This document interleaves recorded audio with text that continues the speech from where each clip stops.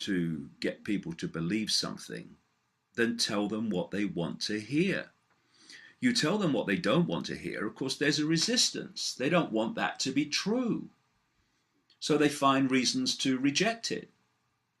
But you tell them what they want to hear, and they're obviously vastly more likely to accept it, absorb it, and see it as real. The progressives and that wing of American politics had this foisted upon them when the system did a job on them with Barack Obama. Of course, what did he do? He told them what they wanted to hear. And then when he got into office, he spent 8 years doing nothing like what he said he would do. In fact, continuing, not least in the Middle East, the policies of Bush. And now with Trump, they've done a similar job on the other wing of American politics by telling them what they want to hear. And Trump has said he will do this, he will do that. He's thrown in a few areas of conspiracy research. He said that, oh no, the whole global warming thing is a hoax. He says it's by China. Nonsense. It is a hoax, but not by China. And he's thrown in a few questions about 9/11 here and there. And he has therefore not only pulled in the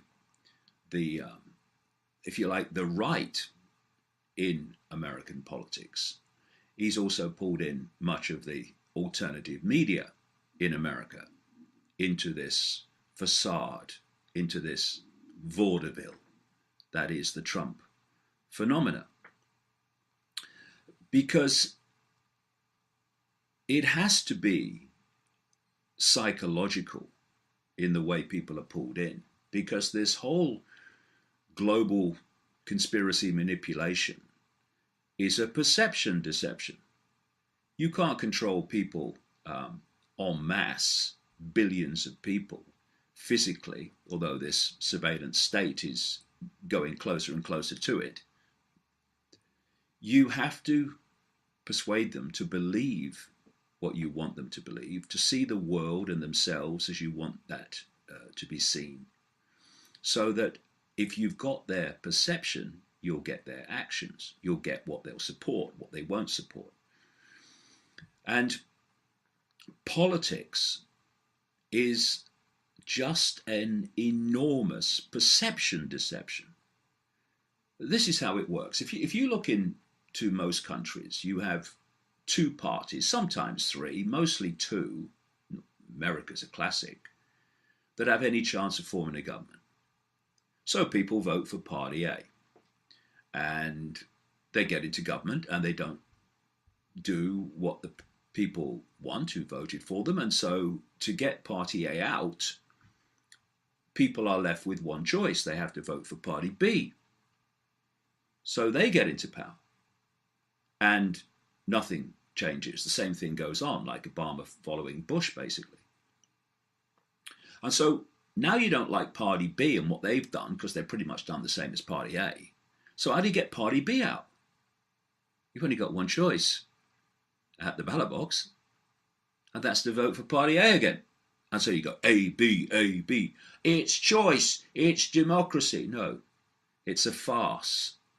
It's a rigged system. Now, the next question in this political illusion is, why do the parties do basically the same thing when they get into office? Well, it works like this. If you look at the Bush administration, that was controlled, I mean, even acknowledged in some parts of the mainstream media, by a group of people who were known as neocons or neoconservatives. And then if you look at the Democratic Party, they are controlled by a similar group of people, not least people including George Soros, Zbigniew Brzezinski, these sort of people, by a group that I call the Democons. And then, this is the key point, If you go back one step more into the shadows, outside of the public gaze, the neocons and the democons answer to the same force, the same masters. And thus, whoever's in power, be it Republican or Democrat, that force is always in power. And the idea, therefore, is to use this perception deception to kid people that they actually have choice when the same force is always in power. And not least thanks to the alternative media over the last few decades, particularly more recently, people have started to see that actually, as some people say in America, it doesn't matter who you vote for because the government still gets in. Yes, the secret government, that force in the background. And so people have got more and more cynical and disinterested in politics, but you've got to keep them interested to give the political system any kind of credibility. So you sell them the first black president. Well, that worked out well for black people, didn't it? That brought people together. And you sell them a man who is about change and he's going to be different. Oh, yeah, vote for him. Well, that, after 8 years, went nowhere, which made many people even more cynical, not least because the person who was from the Democratic side, supposed to replace Obama, is one of the most corrupt politicians, with her husband, in American political history, Hillary Clinton. But then along comes Trump. And what does he do? He grabs the interest of people. Whether they like him or whether they don't like him, he's grabbed their interest. They're engaged in this farce called political choice and political parties. And so now we have Trump replacing Obama, but as I'll come to, what it looks like very clearly is it's just going to continue for reasons I'll explain. And for anyone who doesn't think that presidents are told what to do and that this hidden hand in the background is calling the shots, they should just look at the leaked WikiLeaks email of a man called Michael Froman, a former executive of Citibank, who sent an email to the Obama group before Obama was elected, suggesting the names for his administration in all these different positions, in the major positions of government and their subordinates. And what happened when Obama came to power is that almost in its entirety, those suggestions were appointed by Obama to government. This is the way it works, where this hidden hand is dictating to what are not the most powerful man in the world, but are just gophers for this force.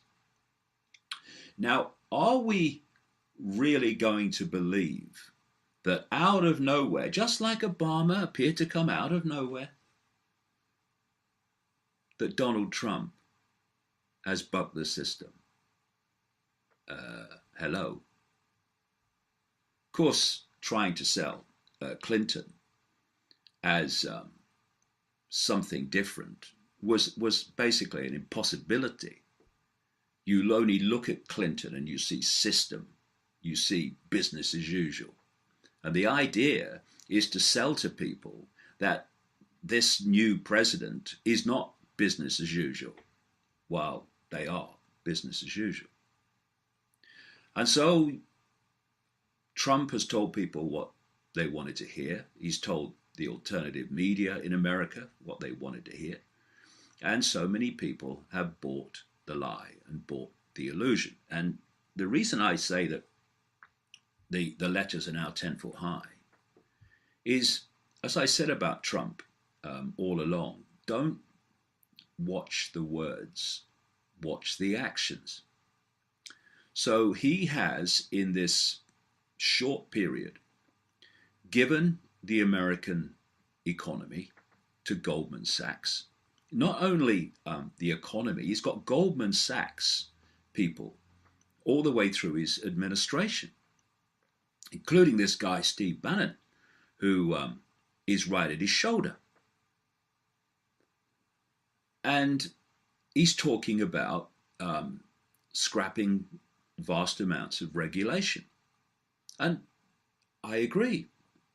The world is far too fiercely regulated.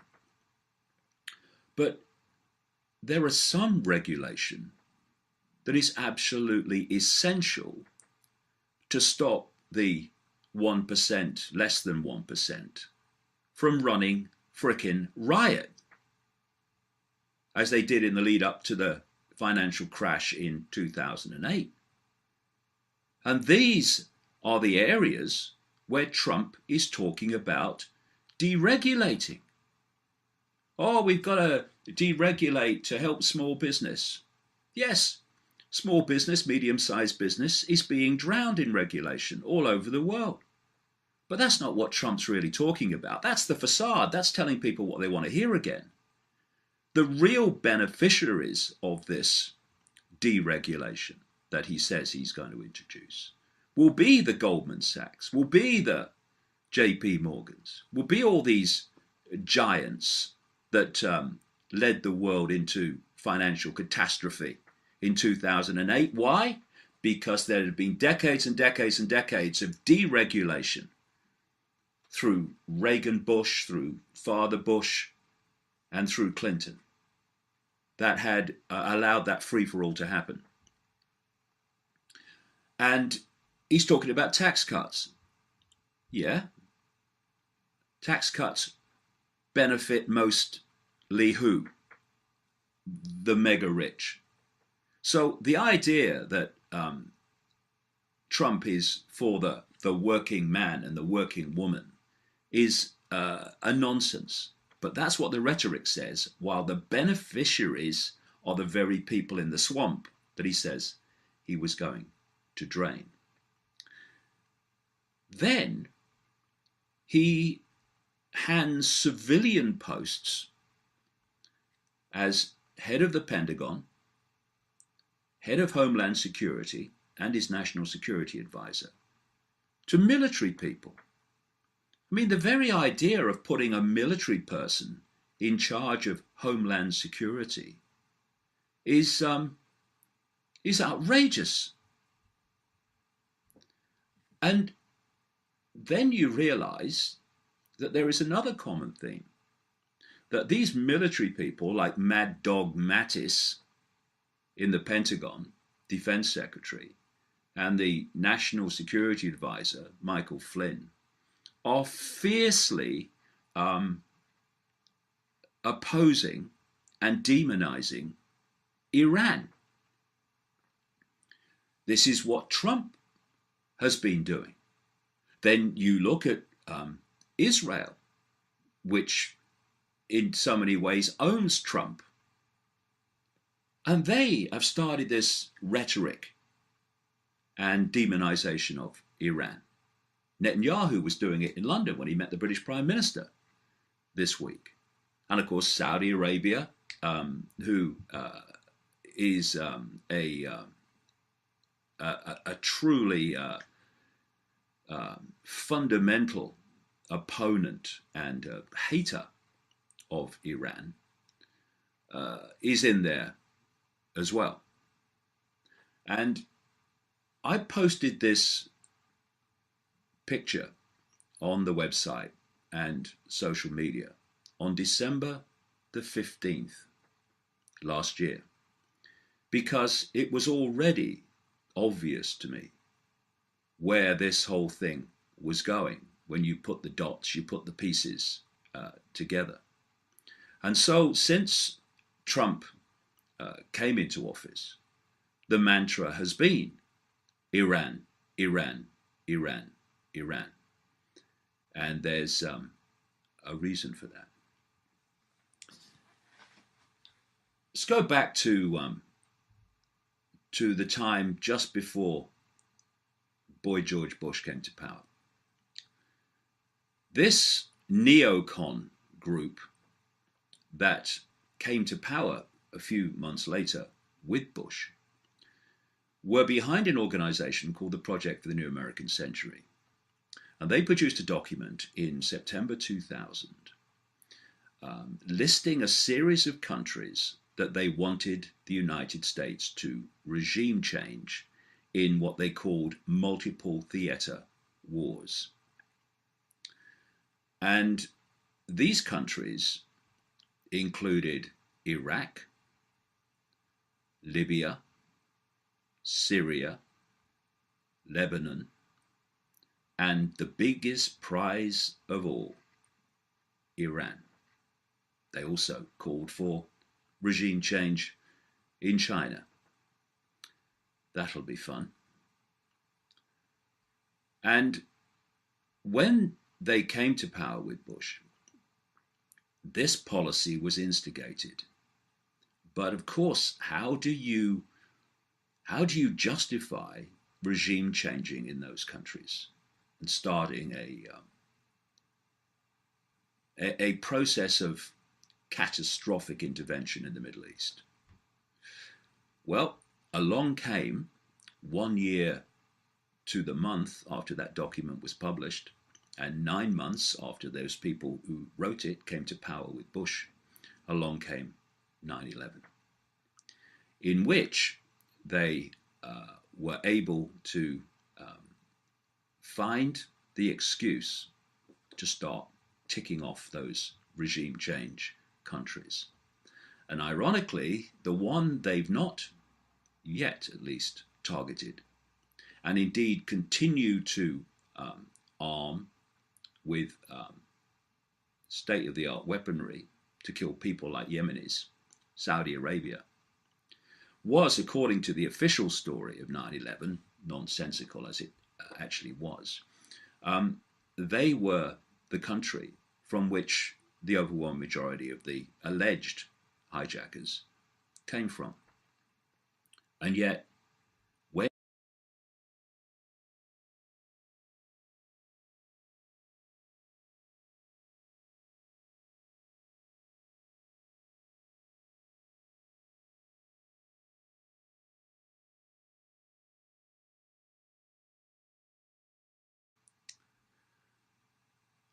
and if you look at Trump's travel ban countries, all you have to do is replace Lebanon on the Project for the New American Century list of countries for regime change. You have to replace that with Yemen, and Trump's travel ban list is an exact mirror of the countries being targeted by the Project for the New American Century in September 2000. And then you look what has happened since that document was published. After Afghanistan, justified by we must get bin Laden because the Taliban's there and he's there,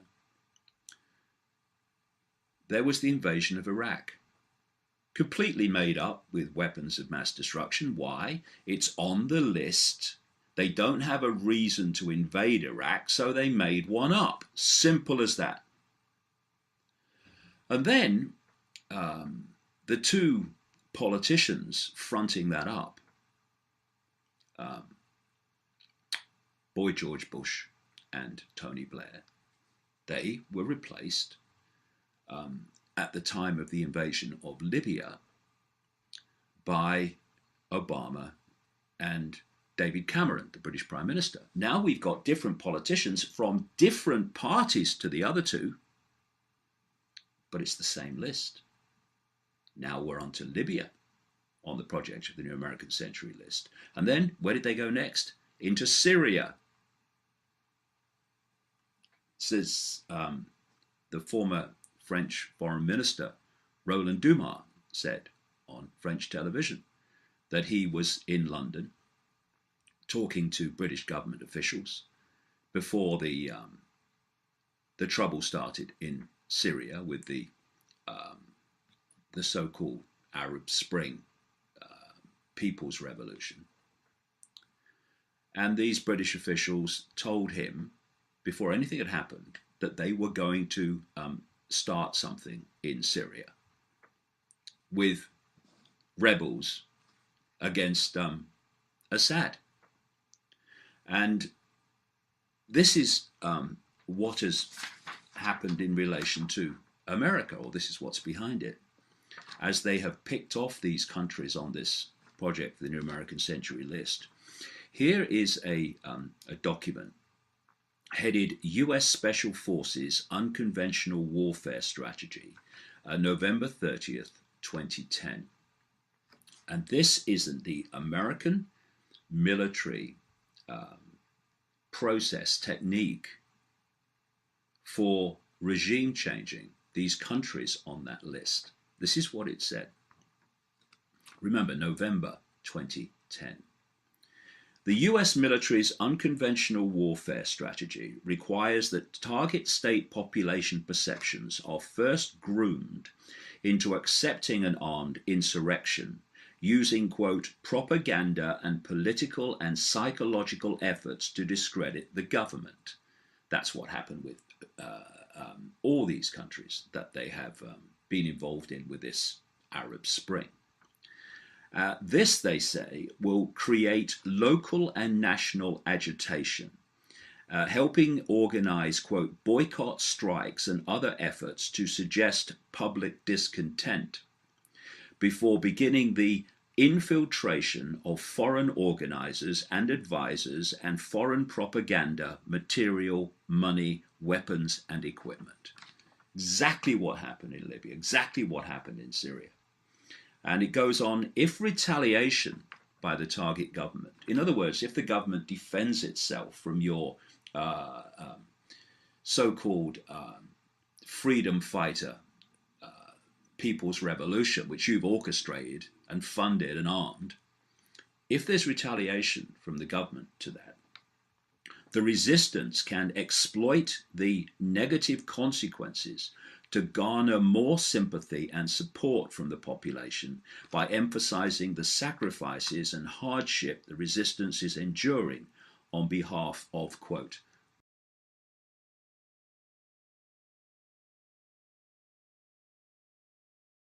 armed, funded, and trained rebels and mercenaries started attacking the regime of Gaddafi. It was only when Gaddafi responded, was only when Assad responded, that suddenly he's killing his own people, and the whole psychological game was played out exactly as they said. When? November 2010. 1 month later, after this was published, and of course it would have been in the background, organized long before, we had the start of the Arab Spring with the events in Tunisia. And George Soros and his networks are, of course, behind that, if anyone wants to do a modicum of research. So we have these countries on the Project for the New American Century list being picked off quite demonstrably across different administrations, because that force I talked about earlier in the background is in control of whoever's in power. So that agenda plays out through whoever's in power, or officially so. But then you might say, well, there's a problem with this, because Obama did this nuclear deal with Iran, the big prize of these people. And so everything was honky-dory there. And people said to me at the time, well, where's this Iran thing you were talking about? Because, Obama's done this deal and everything seems fine with Iran. Well, let me go back to another document. It's from 2009, and it was published by a think tank connected to all these networks I'm talking about and funded by their sources, called the Brookings Institution. And this was a document published in like I say, 2009. And it was called Which Path to Persia? Options for a New American Strategy Towards Iran. And it said that Iran should be given a, quote, superb offer only to be intentionally revoked in a manner that portrayed Iran as ungrateful. Anyone notice a connection with current events? This is what the document said. Any military operation against Iran will likely be very unpopular around the world and require the proper international context, both to ensure the logistical support the operation would require and to minimize the blowback from it. The best way to minimize international opprobrium, criticism, censure, and maximize support, however grudging or covert, is to strike only when there is a widespread conviction that the Iranians were given but then rejected a superb offer, one so good that only a regime determined to acquire nuclear weapons and acquire them for the wrong reasons would turn it down. Under those circumstances, the United States or Israel, it says, could portray its operations as taken in sorrow, not anger, and at least some in the international community would conclude that the Iranians brought it on themselves by refusing a very good deal. Did I mention it was a perception deception, the whole thing? Exactly what it is, exactly what this is. So, this superb offer then was produced and negotiated by Obama and other countries, including the European Union, with Iran. And everything seemed fine. But when Trump came to power, it was all very different. He said the deal was basically a disaster and bad for America. And when there was a testing by Iran of a ballistic missile,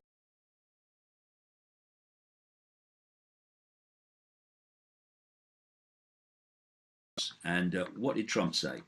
Trump said, and so did this Michael Flynn, national security advisor and Iran hater extraordinaire, along with his mate, Mad Dog. They said that Iran had been put on notice, and that Trump said that Iran should have been thankful, here's the wording again, should have been thankful for the nuclear deal. And this is one of his tweets. Yes, the American president communicates with the world on Twitter. This is what Trump said. Iran is playing with fire. They don't appreciate how kind President Obama was to them, not me. Which kind of fits this whole Brookings Institution scenario to put the blame for any conflict upon Iran. And this is how it works in the background, manipulating public perception to accept what the agenda wants. This is why all the propaganda against Gaddafi at the time, all the propaganda against Assad, that's what it's all about. All the propaganda against Saddam Hussein about weapons of mass destruction that could strike British targets in 45 minutes to justify an invasion. It's all a perception deception. And so let's come back to Trump. You have a situation where this man is perceived to be different and outside the system. I mean, don't start me laughing, I'll never stop. And yet, what we're seeing is a continuation of the same theme and the same countries being targeted that has passed through Boy Bush, Obama, and to Trump. And, you know, the people in the alternative media who have campaigned against certain things and exposed certain things over the years, they really do need to rub their eyes and refocus on what they're now supporting. We have a situation where Goldman Sachs has been given the economic control of the United States. We've had these military people given these what should be civilian posts. We've got Trump talking about torture is justified, demonizing Iran on the way to seeking conflict with them, and you know, causing chaos. And as I said in last week's video cast, chaos is the currency of these people. They want chaos so that they can offer the order out of the chaos, which is to transform society in the way they want it to change. It's what might be called creative destruction. You destroy the status quo through chaos, whatever that status quo is. You then change the status quo. You then creatively destroy that status quo, and so it goes on. And at each new status quo, the world has changed. There's no two greater examples than the world wars in the 20th century. The First World War vastly changed and creatively destroyed the status quo that had been before. And then the Second World War came along and destroyed the status quo that had followed the First World War. And we're just seeing the continuation of this. And you see, this is the danger. I'm not even saying that Trump is fully aware of what's going on. He probably isn't. But the people around him are. The people in the shadows that control the people around him are. And what they have now in the White House is an extreme narcissist with an ego so big and so fragile that he can't let criticism on Twitter go, or criticism by some celebrity go, without having to react to it. This is not what mature, secure people do. And so because of his lack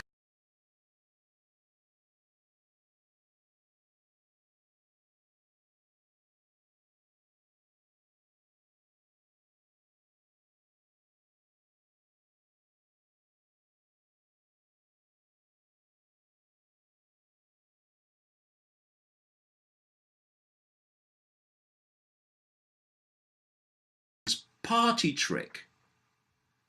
I mean, if you gave a manipulator a blank sheet of paper and said, describe your ideal person to manipulate, they would draw a picture of Donald Trump. And we need to, those that support Trump need to see this. And those that don't support Trump also need to get informed about how the world really works, instead of just reacting to it in this two-party left-right manner. We need to take a step back and see the left-right nonsense as just an irrelevance to anything that's going to change anything. Because that left-right us and them structure mentality is what's holding people in this illusion where nothing changes. And if you look at it, it's like an electrical system where both sides need each other. You know, you've got one polarity, the progressives, and then you've got the other polarity, which are basically now the Trump supporters. and they create by their resistance. They talk about resistance. Well, it is an electrical circuit is made between the two, and the electrical circuit goes on doing this and changes nothing, but creates the very upheaval that the hidden hand wants to justify more and more of the police state and the surveillance state. And that's another thing. When you look at Sessions, Bush's, not Bush's, Trump's, it could be Bush's involved there. When you look at him as Attorney General and his attitudes to human rights and freedoms, what we're also going to see through this Bush, these are Freudian slips, but they're very apt, because I could have said Trump there, I could have said Bush, and I could have said Obama. Tragically, that's how it works. And we're going to see through this Trump administration also justified by law and order more and more advances of this surveillance state and this police state. Not least now, they have a military man running Homeland Security. So on the day that Bush was, I've said it again, Bush, Obama, Trump, on the day that Trump was elected, I said that it was a primal scream for help by vast numbers of Americans who had been ignored decade after decade. But that they were voting for an illusion that Trump was not what he claimed to be. We're now starting to see that already. But I said I hoped that the experience of seeing the Trump illusion unfold would lead people to the next stage, which is the realization that this rigged political system of left, right, Democrat, Republican, conservative, Labour, whatever country, whatever parties, this rigged system is never going to change anything for the better. And thus we have the realization that there are billions of us and a very few who are in full awareness manipulating those billions towards the end that my books expose in detail. And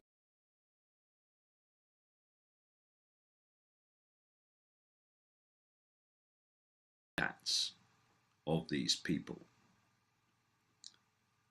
when they impose and impinge upon our freedoms and basic justice and fairness, then we take their power away.